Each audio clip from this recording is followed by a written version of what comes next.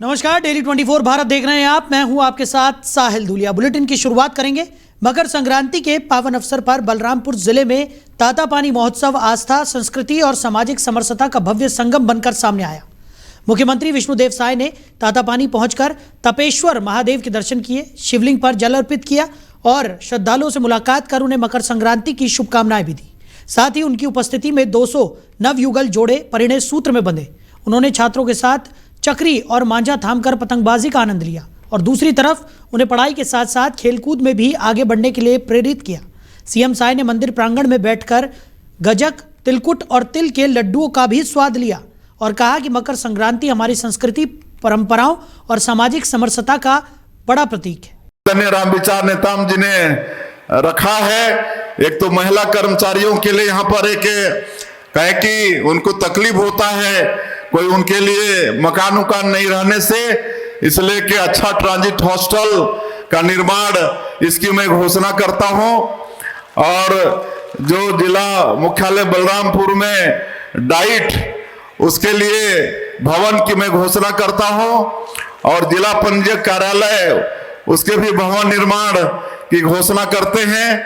और ये तातापानी महोत्सव, इसके लिए हर साल 25 लाख रुपया शासन से देंगे, इसकी भी घोषणा कर रहे हैं कि इंडोर स्टेडियम की भी बात आई है, उसको भी जरूर हमने कहा कि जो भी जरूरत होगी वो सबको सरकार पूरा करेगी। उधर राजधानी भोपाल में हाई लेवल मीटिंग में मुख्यमंत्री डॉक्टर मोहन यादव पूरे एक्शन मोड में नजर आए। समत्व भवन में आयोजित हाई लेवल मीटिंग में उन्होंने राष्ट्रीय परियोजनाओं की धीमी चाल पर कड़ी नाराजगी जताई और अधिकारियों को सीधा अल्टीमेटम दे दिया। सीएम ने साफ कहा कि फाइलों में उलझने का वक्त खत्म हुआ, अब जमीन पर काम दिखना चाहिए। सड़क, पानी और बिजली जैसे बड़े प्रोजेक्ट्स को सुपरफास्ट ट्रैक पर लाने के लिए उन्होंने दिल्ली से भोपाल तक तालमेल बिठाने का मास्टर प्लान तैयार किया। भोपाल में हाई लेवल मीटिंग की गई जिसमें एक्शन मोड में सीएम मोहन यादव नजर आए। उन्होंने अधिकारियों पर अपनी नाराजगी भी व्यक्त की। उन्होंने साफ तौर पर कहा कि जिस तरीके से धीमी गति से जो तमाम योजनाएं हैं वो चल रही हैं, उसमें तेजी लाने की जरूरत है। उन्होंने अधिकारियों को फटकार लगाते हुए कहा कि तेजी के साथ सरकार द्वारा चलाई जा रही योजनाओं पर काम किया जाए ताकि लोगों को उसका लाभ मिल सके। उन्होंने साफ तौर पर अधिकारियों को अल्टीमेटम दिया और कहा कि अपने काम में सतर्कता यहां पर बरतें। छवि दुनिया के सामने बनाना, अब ये हमको लाल किले के ऊपर स्वच्छता के अभियान देते हुए भी प्रधानमंत्री दिखाई देते हैं, लेकिन ये भी हमारे लिए सौभाग्य की बात है कि आज के समय में दुनिया का सबसे बड़ा लोकतांत्रिक देश, और हमने सबने देखा कि आमतौर पर वेस्टर्न देशों को हम बड़े मॉडर्न और बहुत आगे बढ़ने वाले और जो कुछ है वही कर सकते हैं, हमारे तो बस की बात ही नहीं, हमारे यहाँ कहाँ संभव होगा। और वो इसी का धीरे धीरे करके जो क्षरण हुआ कि आते आते आते संयुक्त दल की सरकारें बनने लग गई। एक दो दल की सरकार के बजाय 24 दलों से सरकारों की तरफ बढ़ गए। उसका दुष्परिणाम क्या आया, हमने सबने, देश ने भुगता है। कि आप देखो कि हमारे यहाँ 1 या 2 रेल चलती थी तो रेल मंत्री, कोई राज्य भी हमेशा इस बात के लिए पीछे पड़ते थे कि रेल मंत्री, हम रेल मंत्रालय हमको दे दो। क्यों दे दो? तो वो चाहे बिहार हो या बंगाल, 1 रेल हमारे यहाँ से चल जाएगी, 2 रेल चल जाएगी। अरे 1-2 के चल जाएगी, 100 चल जाएगी। आज बदलते दौर में वो रेल मांगना, रेल मंत्री का बजट का मूल बजट के साथ जोड़ना, वो अंग्रेजों की पद्धतियाँ। ये जो गए जमाने जब अंग्रेजों ने रेल अपने लिए स्टार्ट की थी तो उनने उस रेल के ऊपर अपना नियंत्रण रखा था, क्योंकि उस समय स्टेट अपने अपने बजट से चलते थे तो रेल का खर्चा भी वो स्टेट से निकलवाते थे, लेकिन ट्रांसपोर्टेशन का पूरा लाभ अपने पास रखते थे, पकड़ अपने पास चलाते थे। लेकिन ये छोटी छोटी बातों पे ध्यान नहीं जाने का दुष्परिणाम क्या निकला। लेकिन आज मुझे इस बात की प्रसन्नता है कि आज हमारे देश के साथ विकास का भी और विकास के साथ भविष्य की आवश्यकताओं का दृष्टिकोण भी कितना युक्ति युक्त होना चाहिए, या इसको ज़्यादा शब्द और प्यूरिफाई बोलो तो तीक्ष्ण होना चाहिए। कि आज मैं जब थोड़े दिन पहले असम की यात्रा से लौट के आया और असम के अंदर नागालैंड, मिजोरम और ये जब हमने इन्वेस्टर समिट की तो इस प्रकार से जब उनने बात, वहाँ एक पंजाब के एक सरदार जी आए हुए थे इन्वेस्टमेंट कर लिए वहाँ के मुख्यमंत्री, और उनसे बात करने, तो मैंने कहा आप हमारे यहाँ करो, तो हमने कहा आपके यहाँ क्या दे रहे हो। हमारे सहयोगी ओम पंथी हमारे साथ जुड़ गए हैं। ओम, जिस तरीके से भोपाल में यह हाई लेवल मीटिंग हुई अधिकारियों के साथ, सीएम मोहन यादव ने ये हाई लेवल मीटिंग की और अधिकारियों को अल्टीमेटम देते हुए नजर आए। क्या कुछ निकलकर सामने आ रहा है? साहिल जी, आपको बता दूं कि भोपाल में जब से मोहन सरकार बनी है, जो मोहन सरकार ने विकास कार्यों को लेके कहीं ना कहीं ज्यादा शक्ति बढ़ती है और अभी तक अधिकारी लोग जो विकास कार्य को लेके बड़े बड़े प्रोजेक्ट जो बन रहे हैं, जिसमें विद्युत है, रेलवे है, मेट्रो है और अन्य जो प्रोजेक्ट हैं, इनको लेके काम जो चल रहा है अभी, उसको लेकर कहीं ना कहीं अधिकारी जो है लेट लतीफी काम कर रहे हैं। इसको लेके मोहन सरकार को बड़ा इसमें असंतोष है। इसको लेके इन्होंने कल एक हाई लेवल मीटिंग की है भोपाल में और इस हाई लेवल मीटिंग में इन्होंने केंद्र सरकार द्वारा जो 14 रेलवे प्रोजेक्ट चल रहे हैं, लाइट के बिजली के प्रोजेक्ट चल रहे हैं, बड़े बड़े और पुल के प्रोजेक्ट चल रहा है, इसको लेके इन्होंने चिंता जाहिर की और उन्होंने अधिकारियों को सीधे सीधे चेतावनी दी है कि यदि जल्द से जल्द इन प्रोजेक्टों का और परियोजनाओं को जल्दी से जल्द यदि नहीं पहनाया जब तक यदि काम यदि रुकता है तो इसके जिम्मेदार सीधे सीधे अधिकारी होंगे। और कहीं ना कहीं इसको लेके मैं कल जो हाई लेवल मीटिंग हुई है, इसमें सीए से जो है चीफ सेक्रेटरी है, कलेक्टर है, कमिश्नर है और इसको केंद्र से मंत्रियों को जोड़ के लिया गया है और इस मीटिंग में सीधा सीधा आदेश दे दिया गया कि यदि काम नहीं होता है तो आपको सीधा सस्पेंड कर दिया जाएगा, आपके खिलाफ कड़ी से कड़ी कार्रवाई की जाएगी। इसी को लेके अब मोहन सरकार चाहती है कि जितना जल्दी हो मध्य प्रदेश के अंदर जो भी प्रोजेक्ट बड़े बड़े चल रहे हैं, जो परियोजनाएं चल रही हैं, वो पूरी हो, जिससे हम अपने देश में अपना नाम, मध्य प्रदेश का नाम जो है काफी हाई ऊपर तक जा सके। और यहाँ तक कि उन्होंने केंद्र सरकार के बैठे हुए बड़े बड़े मंत्री जो बैठे हुए हैं, चाहे वो माधवराव सिंधिया जी हों या फिर पीएम तक का उन्होंने नाम लिया है, उन्होंने मोहन जी ने कहा है कि यदि ये केंद्र सरकार के मंत्री लोग हैं, ये भी हम लोग पूरा सपोर्ट कर रहे हैं, क्योंकि भोपाल से लेके दिल्ली तक के जो भी यदि बीच में कोई अड़चने आती हैं तो उसको लेके हम इसको बिल्कुल सफल की ओर बढ़ाएंगे और जितनी भी परियोजनाएं चल रही हैं उन परियोजनाओं को जल्द से जल्द पूरा करने की कोशिश करेंगे। जी साहिब, बिल्कुल। और ओम, जिस तरीके से हम लगातार देख रहे हैं कि सीएम मोहन यादव जो है वो पूरी तरह से एक्शन मोड में इस वक्त नजर आ रहे हैं और केंद्र की तरफ से जो तमाम योजनाएं हैं उनको लेकर उन्होंने अधिकारियों को साफ शब्दों में कह दिया है कि किसी भी तरह की लेट लतीफी यहाँ पर नहीं चलेगी। यानी माना जा सकता है कि आने वाले समय में मध्य प्रदेश में जो विकास की रफ्तार है वो और तेज होती हुई नजर आएगी और कहीं ना कहीं जो योजनाएं यहाँ पर केंद्र सरकार की तरफ से चलाई जा रही हैं उनका पूरा लाभ भी अब लोगों को मिलता हुआ दिखाई पड़ सकता है।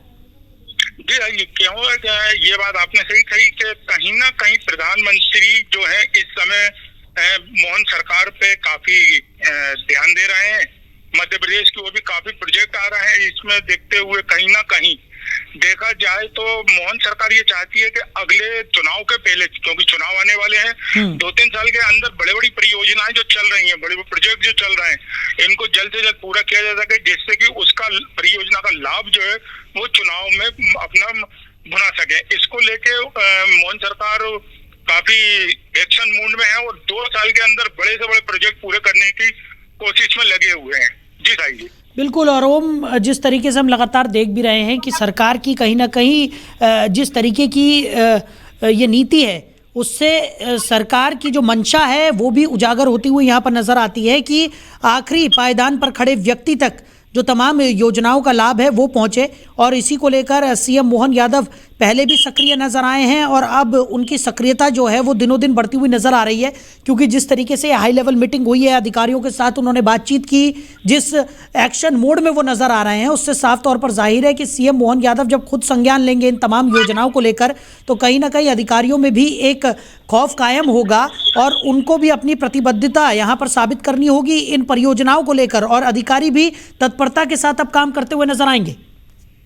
जी चलिए, आपको बताऊं कि मोहन सरकार जब से बनी है, मोहन सरकार कहीं ना कहीं अपने आप को अच्छा साबित करने के लिए, एक बेस्ट मुख्यमंत्री साबित करने के लिए कहीं ना कहीं योजनाओं में, कामों में, सब में इतने तत्पर लगे हुए कि सुबह से है उनका जो शेड्यूल होता है वो सिर्फ आम जनता और प्रदेश के हित के लिए लग जाता है। उनका टाइम जो होता है और सुबह से ही वो अपने लग जाते हैं, यहाँ तक कि रात को 12-12, 2-2 बजे भी एक मैंने देखा कि रेन बसेरा, जहाँ गरीब केवल जो सोने जाते हैं रेन बसेरा, वहां तक गरीबों से मिलना, उनकी योजनाओं के बारे में उनको बताना, उनकी व्यवस्थाएं देखना गरीबों को, उनको रात को 2-2 बजे उठा के चाय पिलाना।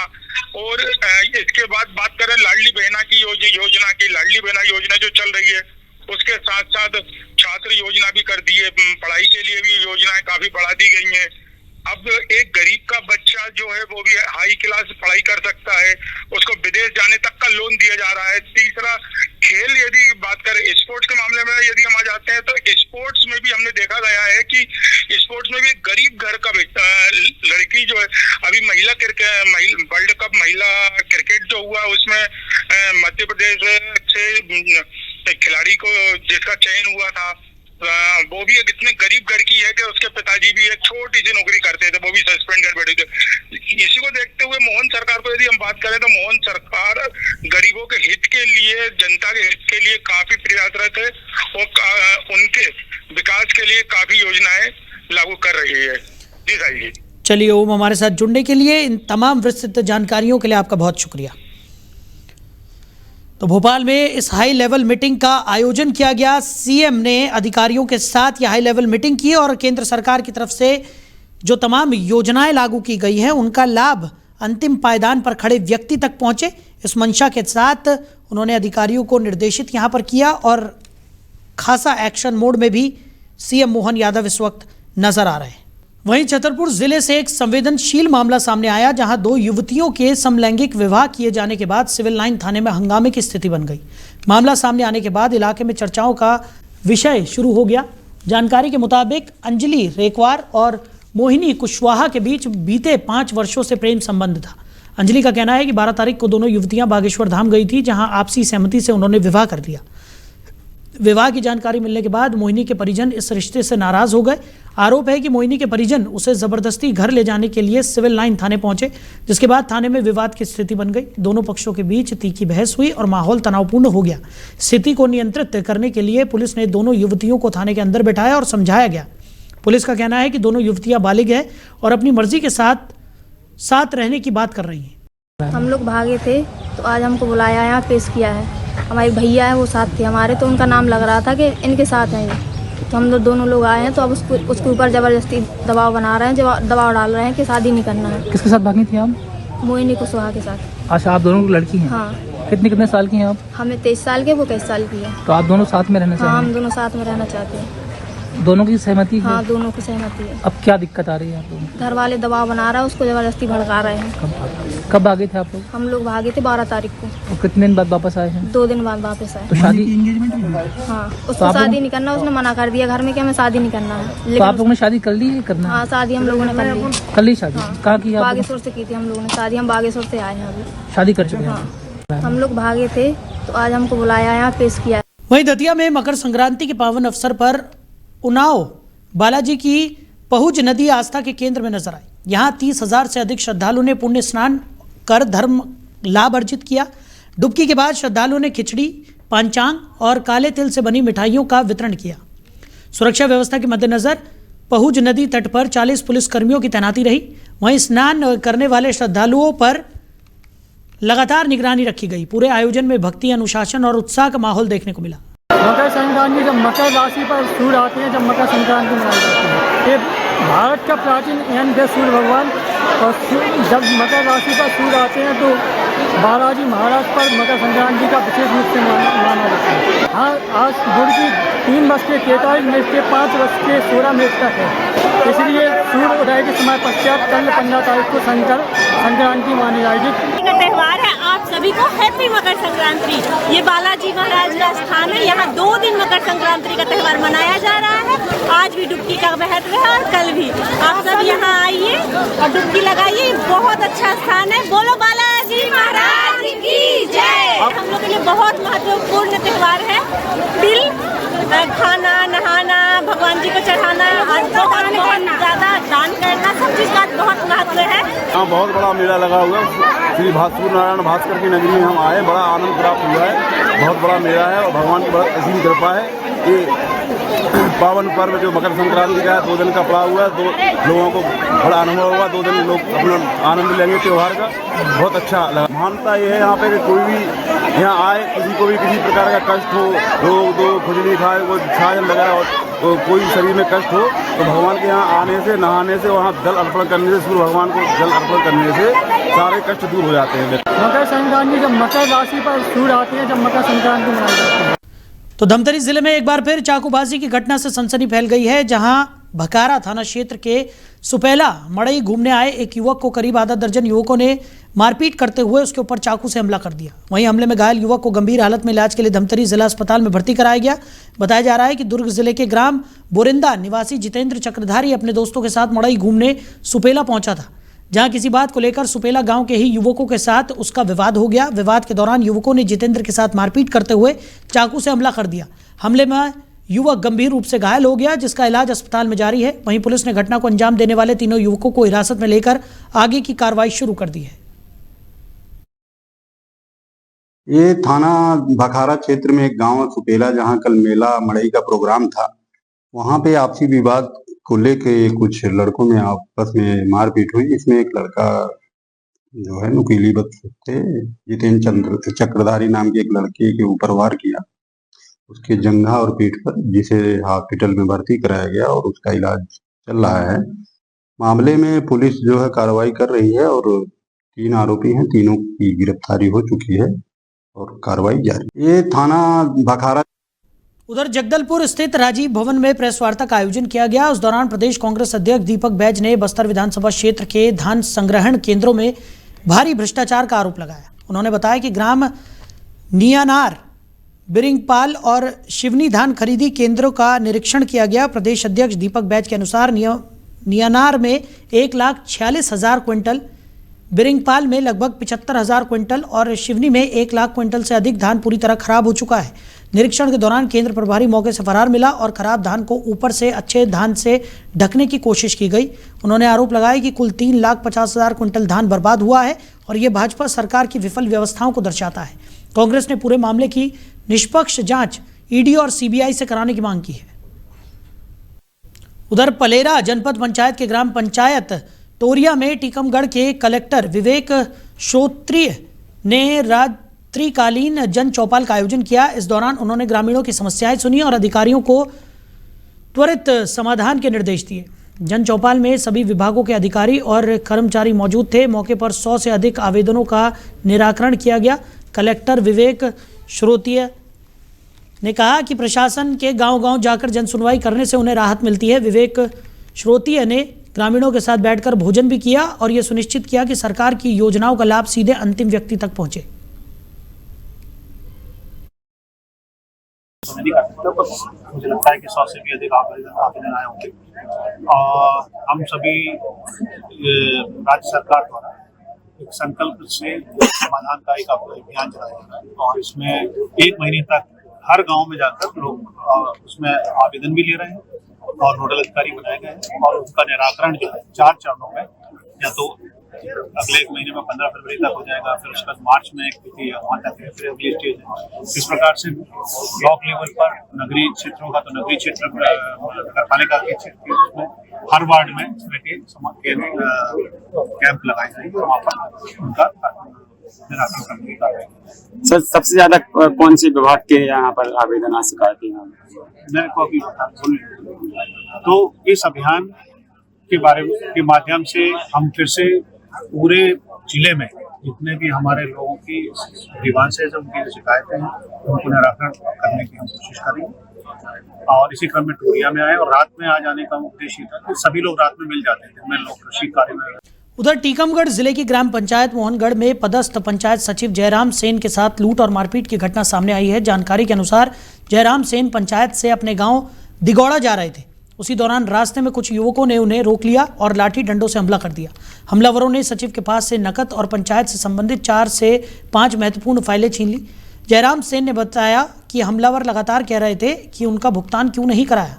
इसके साथ ही पंचायत चुनाव में हार जीत को लेकर भी नाराजगी जताते हुए उन्हें निराशा हुई और निशाना भी बनाया गया। हमले में सचिव को गंभीर चोटें आई है और घटना की सूचना पर डायल 112 पहुंची, जिसके बाद उन्हें तत्काल जिला अस्पताल में भर्ती कराया गया, जहां पर उनका उपचार जारी है।